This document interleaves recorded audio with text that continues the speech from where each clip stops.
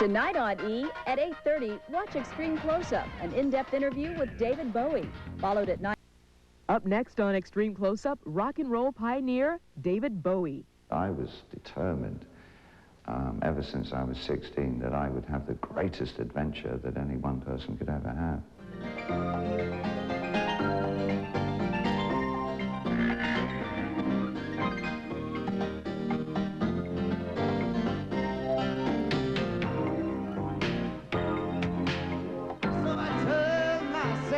Face me, but I never caught a glimpse how the others must see this faker. I'm much too fast to change it. Perhaps no one has mirrored the changes of culture through their music more than David Bowie. Now 45, Bowie is the ultimate rock chameleon. He believes his many incarnations stemmed from striving to understand what didn't make him happy as a child. Bowie says if he did understand himself fully, he wouldn't be an artist anymore. Ground control to Major Tom.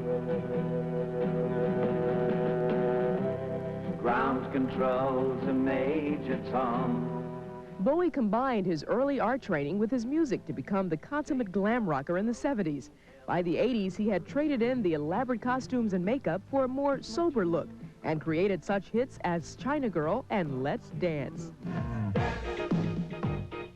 Put on your red shoes and dance the blues. Bowie's current work with Tin Machine occupies his musical attention. But David Bowie has also made a splash in movies. He has portrayed a range of quirky characters since his debut in The Man Who Fell to Earth. His latest project is the romantic comedy The Linguini Incident. I'm a vacuum cleaner salesman, Seeley. Would you like a drink? Today, David Bowie is a unique blend of wit, eloquence, and introspection. Because he is an avid art fan, we met him at the Earl McGrath Gallery in Beverly Hills, and he began by candidly explaining what has made him tick all these years. I was so scared of becoming as charismatic as a glass of water that what I really wanted to do was sort of push the envelope of experience. And that indeed put me in some very dangerous and volatile situations. Again, that I look back on with these days with a sense, I think, a sense of humor. But it was very important for me to expand what I thought I was doing. What I thought I was doing was expanding my horizons and seeing just how near to the line I could get. Not that my advice is worth that, but I wouldn't advise it as a context for growing up in. One loses an awful lot of good values, time, sanity, brain cells. And brain cells never grow back again, you know. I would imagine my brain looks a bit like Swiss cheese. You've been associated with drugs, occultism, homosexuality, bisexuality. Trisexuality. Was this... Ask me what trisexuality is. What is it, David? I'll try anything once. Boom, boom. Okay. Okay. I'm sorry. No, it's fine. But I mean, obviously it doesn't bother you that you have been associated with these things. Was it part of your mystique, or is there any truth to it? Well, the mystique came about, I guess, because of all that. I mean, it seriously was. I was determined, ever since I was 16, that I would have the greatest adventure that any one person could ever have. And I set my sails in the general direction of uncharted waters. And I put myself through everything, absolutely everything that came along. And to this day, I cannot believe that I've survived a lot of it. But is that all behind you now?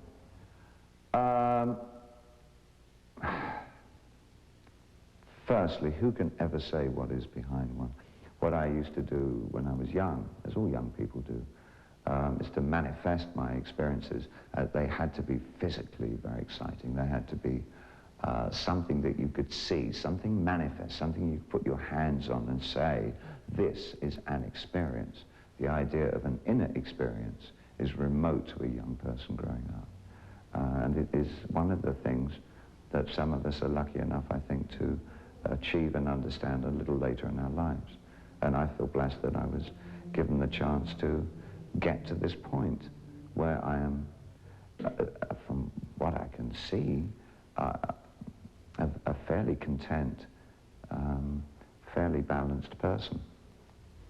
You don't want to be too balanced now. I don't want to be too balanced. It's boring. No, it's not boring. It's boring for others. But it's not boring for oneself to be balanced. That's something else. I'm not living my life for anybody else but me now. That's good.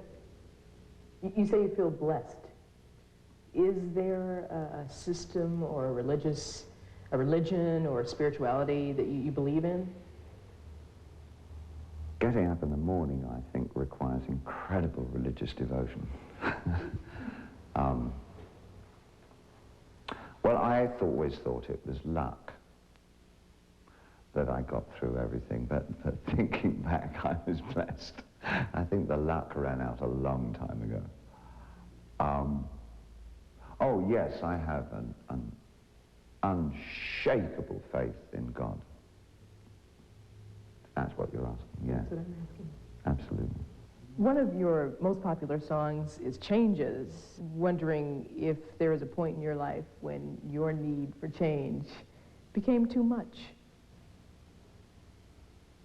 I think, yes. I mean, we're now having established for myself, at least, that probably an awful lot of what I would call changes, or the episodes of my musical career, were challenges to myself I felt at the time. I still believe that to a certain extent. I love to be challenged. I love to feel that I'm stepping on new ground, that the ice beneath my feet is probably very thin. I think there's nothing for me more enjoyable than that any second I could crack it and just plunge through and drown. That, for me, is very exciting as an artist. However, at a personalized level, I think a lot of it was escapism, for a continual chase, a continual hide and seek with myself. That's the simple answer to that. So it was called Changes then. I guess these days it would be Transitory Episodic Intervals, which is not such a catchy title, really, is it? No, it's kind of difficult to say too fast. You can't say it. Transitory? Yes. No, doesn't it? Doesn't work in the studio. I can't buy into that, no. But you're more, or are you more interested in stability nowadays? You know, what I'm interested in is understanding how to maintain a balance between wild enthusiasm and deadly seriousness. Up next on Extreme Close-Up, David's devotion. We just hit it off immediately. It really was blush at first sight.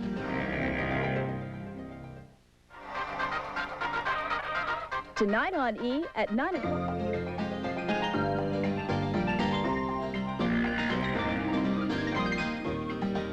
And now back to Extreme Close-Up, E's half-hour interview show with David Bowie. How did you and Iman meet, first of all? I just come out of one relationship.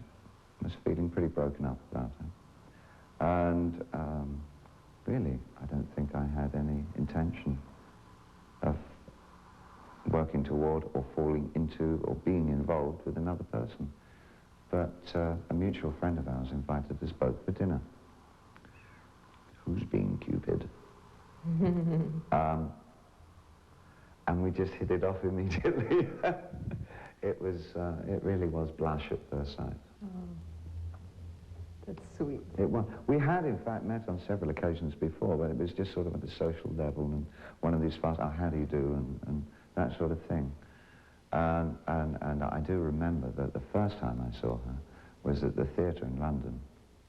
She was walking, I was already seated, and she was walking down the aisle. And it was just the most wonderful vision walking past. I thought that has to be one of the most absolutely classically beautiful women I've ever seen in my life. And I think I'll marry her.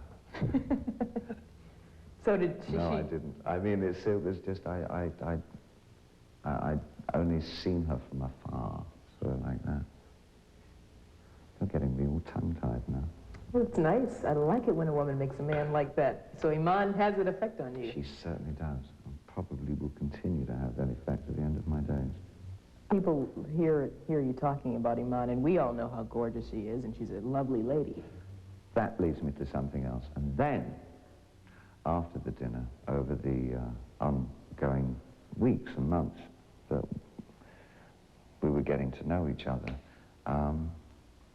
this whole depth of humor and fun and intelligence and brightness and perceptiveness and just old-fashioned good sense just made me fall in love with her. Because beauty's one thing. Beauty's only deep skin. Absolutely. But a mind that is receptive and curious and full of humor is the most attractive thing in the world. For me, anyway. I've heard the story, but for those who have not heard the story, why don't you, if you don't mind, telling us again how you proposed to Iman?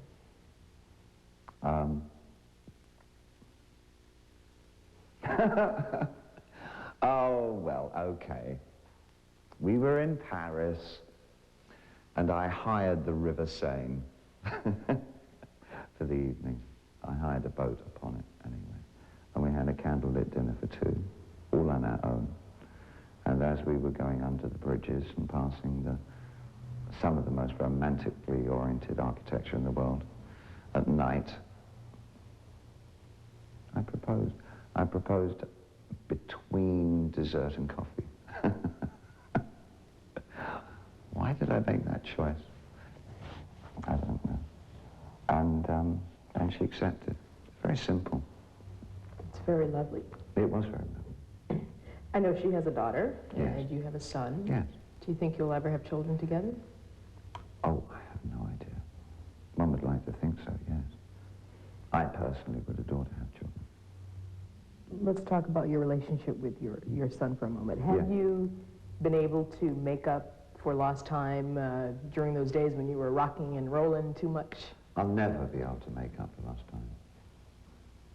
But to look back on it as a negative is not particularly helpful. The only thing that I can do is learn from that period and help that reinforce my present, which I feel very positive and good relationship with him. How's your relationship with your son? I mean, do you have the father-son talks, the normal? I really believe that our relationship is absolutely no different from that of any other father and son, honestly. There's nothing, it's a father-son relationship. And if any of you have children out there, you'll know what I'm talking about. When Extreme Close-Up returns, David Bowie, storyteller. This man went there and he meets this girl, but the conclusion is, wow, and there's a big surprise, and I like that. Maybe flipping to E for filler TV.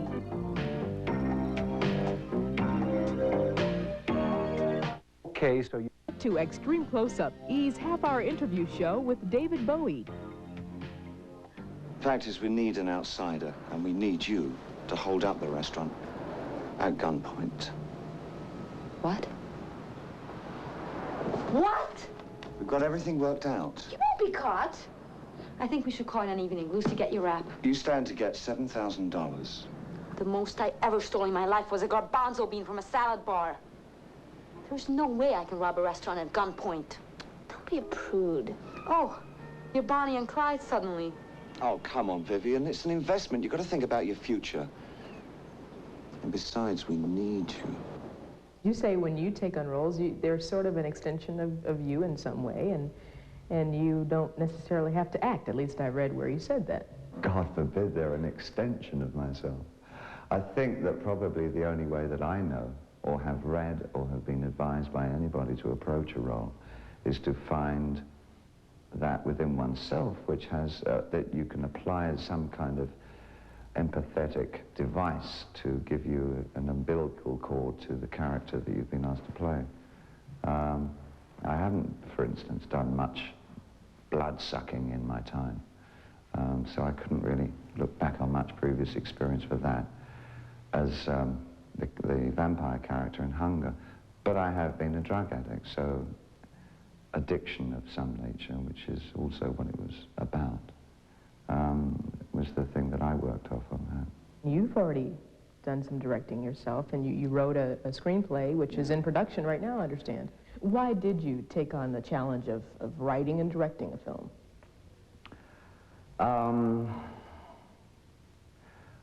Storytelling.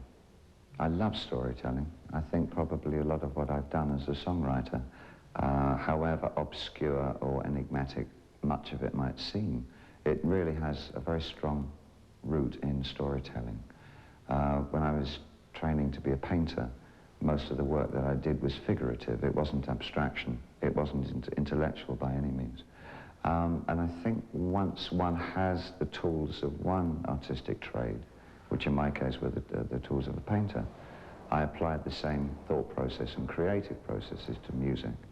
And now in turn, I'm going to hazard those same tools in the area of film. Where does your love for storytelling stem from? Is it from childhood? Parents told you like surprising people. You tell a story and this happens and then this man went there and he meets this girl, but the conclusion is, wow, and there's a big surprise, and I like that.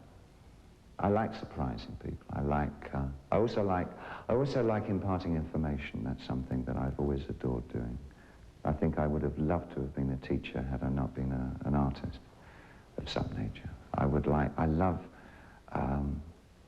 sitting somebody down, and it's very superior, but, well, and saying, did you know?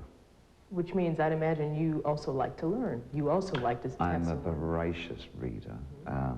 I take every opportunity, any given time, to look at something new, something I'm not used to, something that will add to my meager knowledge of life, yeah, all the time. Because I hear you'll have like 4 books sitting around that you're reading at one time. Yeah. You know, I mean, same period of time. Yeah. But I'm not very retentive, so I have to usually generally read them twice. No, why do I don't, am I not surprised that you're not retentive sometimes?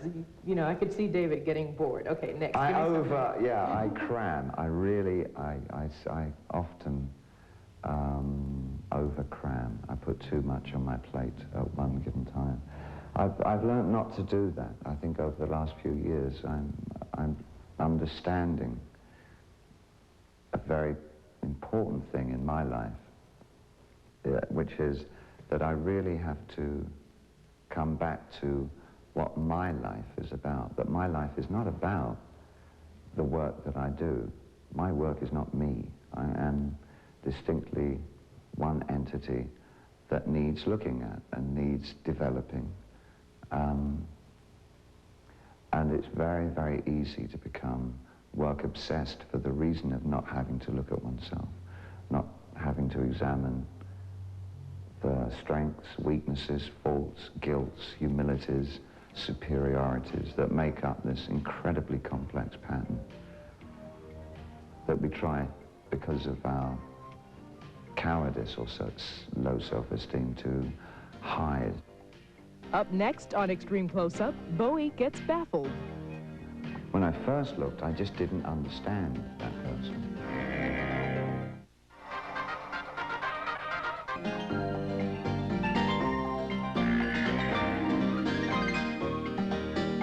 And now back to Extreme Close-Up, E's half-hour interview show with David Bowie.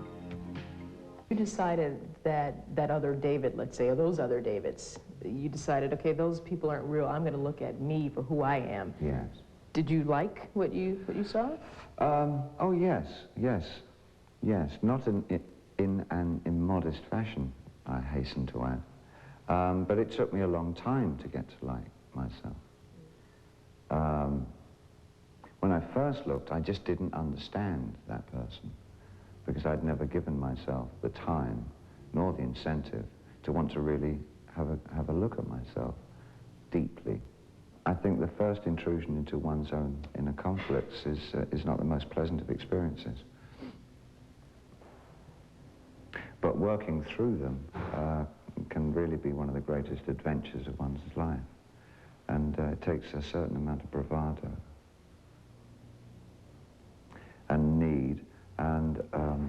realization that you are missing out on life. You're missing out on your own life. You are probably creating hazards and disturbing experiences for others around you. And the house must be put right. Finally, David, what would you say is the essence of your makeup? The essence of David? I'm very pleased you asked me that. In fact, we start the campaign to bring it out in canister form in September. Rather like, you're probably familiar with white linen, very attractive room spray. Well, this is very similar. What happens is that when you spray the room in it, anybody in it becomes a schizophrenic. By the way, I want to be the model. I know Iman's a model, but I want to be the model for the essence of David, all right? Well, I'll, as you say, have to ask permission on that one. Well, tell her I said hi, by the way. I certainly will. It was a pleasure talking to you. It was a great pleasure to be talked with. Okay. Thank you very much. Thank you.